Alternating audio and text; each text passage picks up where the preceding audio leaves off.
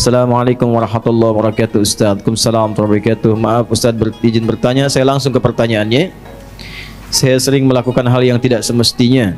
Saya menyadari akan hal itu salah. Namun lagi-lagi saya melakukan kesalahan atau dosa tersebut dosa tersebut.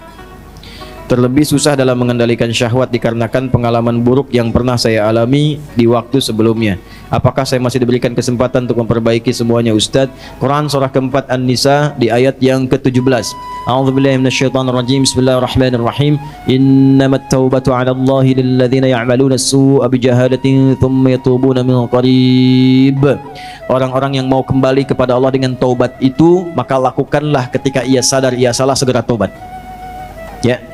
Jadi taubat itu jangan ketika Anda kerjakan, misalnya terjadi lagi Anda simpulkan nggak diterima, jangan begitu. Maksudnya terus taubati sampai di titik Anda menyesali itu. Jangan berhenti.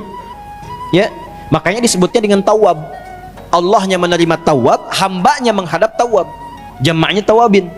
Nah, orang yang terus begitu dicintai oleh Allah. Dalilnya mana? Quran surah kedua Al-Baqarah di ayat ke-222. 222. Kan? Innallaha yuhibbut tawwabina. Innallaha yuhibbut tawwabin. Allah sangat mencintai orang-orang yang terus bertaubat.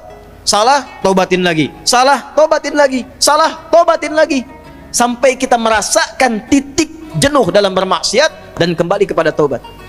Nah, bagaimana mendorong supaya kuat pengaruh taubatnya? Satu, kata para ulama mengatakan, ketika Anda terdorong berbuat maksiat karena dorongan syahwat itu, bayangkan saat itu diwafatkan oleh Allah. Itu cara menghentikannya. Ya, ada dorongan syahwat nih. Ya, ketika akan terfikir untuk melakukan, bayangkan, rasakan bagaimana kalau diwafatkan saat itu.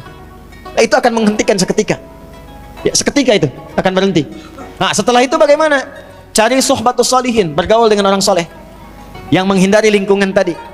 Ya, kalau tayangan, hilangkan tayangannya, ganti dengan yang baik-baik. Bacaan, mulai hilangkan yang buruk, ganti dengan yang baik. Untuk menemukan itu, bergaul dengan orang soleh. Lihat, Anda pelajar di kampus, cari orang soleh.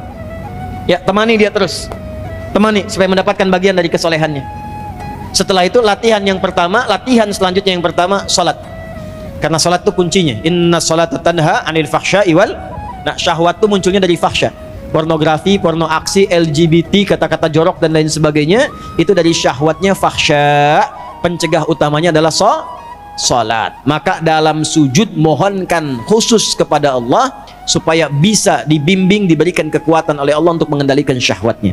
Satu, taubat jangan berhenti, optimis terus. Yang kedua, rasakan kalau akan terfikir berbuat maksiat akan diwafatkan. Yang ketiga, cari teman yang soleh. Yang keempat, salat optimalkan. Yang kelima, latihan puasa. Gitu ya. Sebab puasa itu paling efektif untuk bisa mencegah maksiat. Ya, Anda kalau syahwat sedang muncul, sedang puasa, nggak akan dilakukan.